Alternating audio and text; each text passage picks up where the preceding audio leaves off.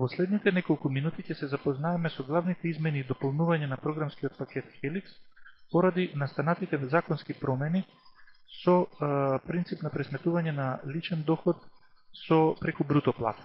Овие измени може да ги поделиме во неколку вида и обавезно се повикуваме на претходни познавања на корисникот за користење на програмот по претходниот принцип, како законски, така и кориснички од аспект на користење на програмскиот пакет.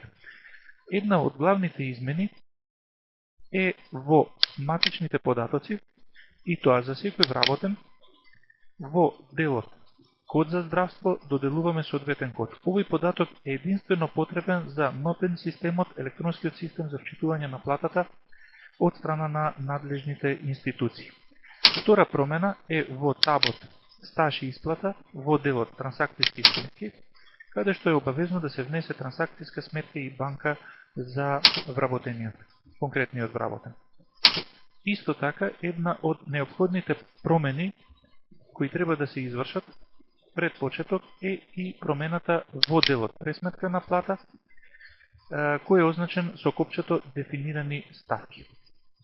Дефинирани ставки значи параметри, ставки кои се претходно дефинирани и може да се користат за секој вработен при внесување и пресметка на неговата плата, а по природа се моменти, всушност, или информации кои влијаат на пресметката на неговата плата. Сега ќе ги погледнеме конкретно. Значи, наследени се сите предходно застапени во предходниот интерфейс, во предходното програмско решение.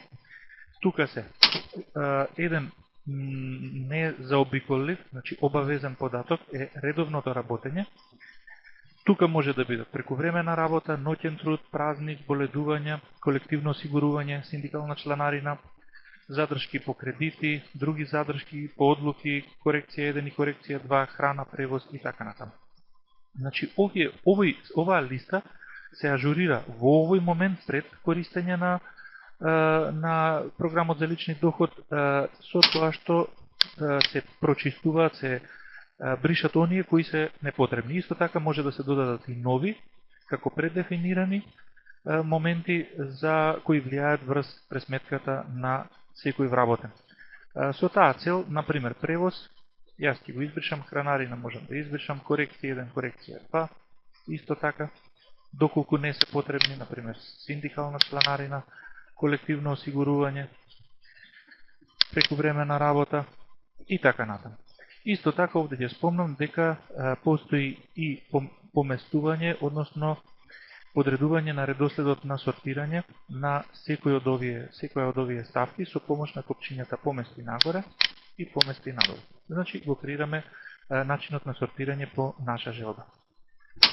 Исто така, секоја ставка има и параметар на која припадност припаѓа, значи на која група, дали влијае на придонесите, дали се однесува на редовните часови или спаѓа во група боледувања, годишен одмор, како тип синдикална чланарина, колективно осигурување, прекувремена работа, одредена награда или казна и така натаму.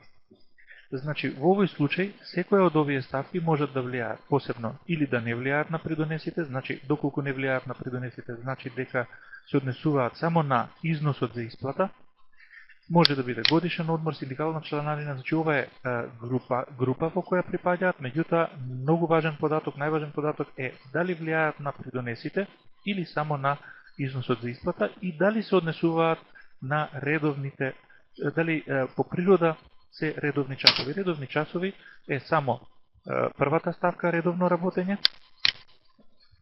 и влијае на придонесите. Додека, например, ноќниот труд влијае на придонесите, но не се рачуна во редовни часови. Боледување исто така влијае на придонесите, но спаѓа во група боледување и од која група, кој тип, односно може да наведеме. Тука постаро се задржани од стариот принцип храна, превоз или ниедно од нив. И секоја од овие ставки има и свој опис. Сега ќе погледнеме и примената на истите. За таа цел, излегуваме од овој дел одиме во преглед на плата. Овде имаме веќе вработени, ќе ги избришеме едниот. Вработениот број 01, презиме име 01, неговите ставки и неговите моменти кои влијаат на пресметката на неговата плата може да ги погледнеме со копчето преглед или притискање на Enter и автоматски се пополнува списокот на сите можни ставки кои влијаат на неговата пресметка. За подобро да го објасниме, ќе го ведеме нов, внесеме вработен, тоа е број 2, во ред, со притискање на копчето во ред, автоматски се креираат сите предходно дефинирани ставки кои можат да влијаат на пресметката. Значи, веќе сме позиционирани автоматски на позицијата бруто плата, се внесува овој податок, часови за работа имаме 160 од основните податоци за месецот, се притиска после внесување на бруто платата, се притиска F9 и веднаш програмот автоматски не префрла на поединечните ставки. Бруто платата, значи редовното работење и бруто платата се внесуваат во првата ставка, доколку, незадолжително, доколку има ноќен труд се внесува во позицијата ноќен труд, празници, боледувања во соодветните ставки и секоја од нив се изразува или преку часови, или преку процент од делот за исплата, или преку фиксен износ. Сега ќе го погледнеме тоа, значи за бруто плата пример внесуваме 50.000 денари, потврдуваме со копчето F9, со притискање од тастатура F9 и веднаш сме префрлени на овој дел за поединечно секоја ставка да може да внесеме како таа влијае на нето платата. Значи редовното работење можеме да го промениме со промена Enter. Часови место 160 може да ставиме 150 Enter.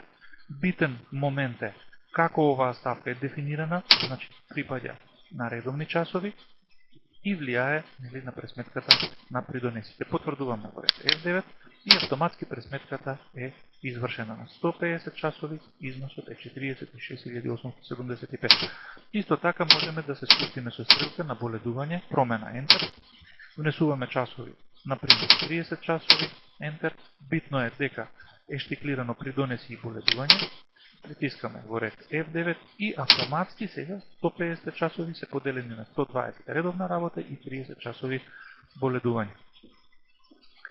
Исто така можеме, например, по одлука, промена Enter, да задржиме износ од 1500 денари, влијае на придонесите, доколку овој дел го штиклираме, нема да влијае на пресметката на придонесите, влијае само на нетото за исплата.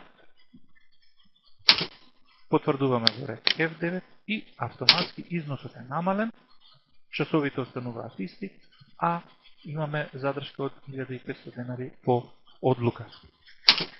Сите овие ставки во соодветните колони се назначени дали се или не се штиклирани, односно назначени.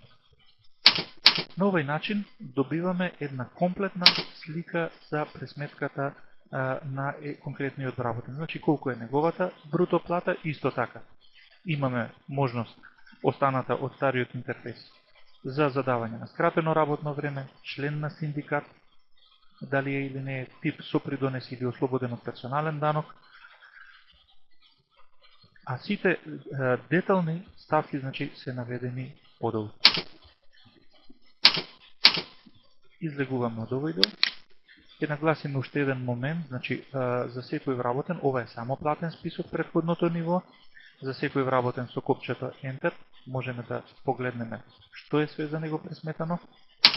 Надолу имаме копче пресметка, значи например за првиот вработен, ако притиснеме пресметка, можеме да проследиме детално како изгледа неговата пресметка. Значи тука се број на часови, бруто основица, придонесите поединечно, бруто плата и колку има за исплата, доколку значи нема некои задршки, исто тие се вклучени, или и да нема, значи колкав е износот за исплата од бруто. Излегуваме од овој дел. Уште еден битен момент ќе нагласиме при внес на самиот месец. Битно е да се внесат следните моменти. Покрај година и месец треба да биде назначено дека пресметката е со бруто плата. По дефолт се веќе означени 10% стапка на персонален данок и 50% од просечната плата. битно е да се внесе даночното ослободување, просечната бруто плата, минималната се рачуна автоматски и купно работни часови од месецот. Значи, овие се битни моменти за внесување. Бруто плата да биде означено, даночното ослободување, просечната бруто плата и работни часови во месецот.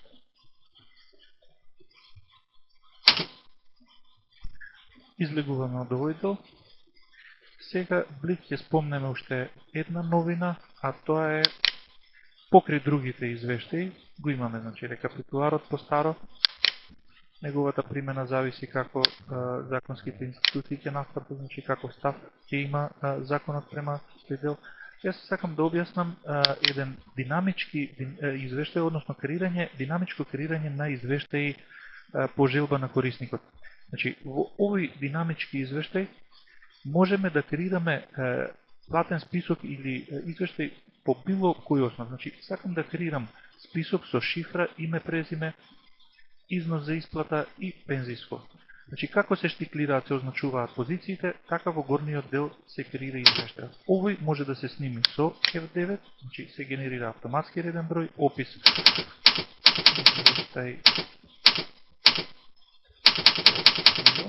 например, се снима со F9 и веќе го имаме на листата на списокот на извештај.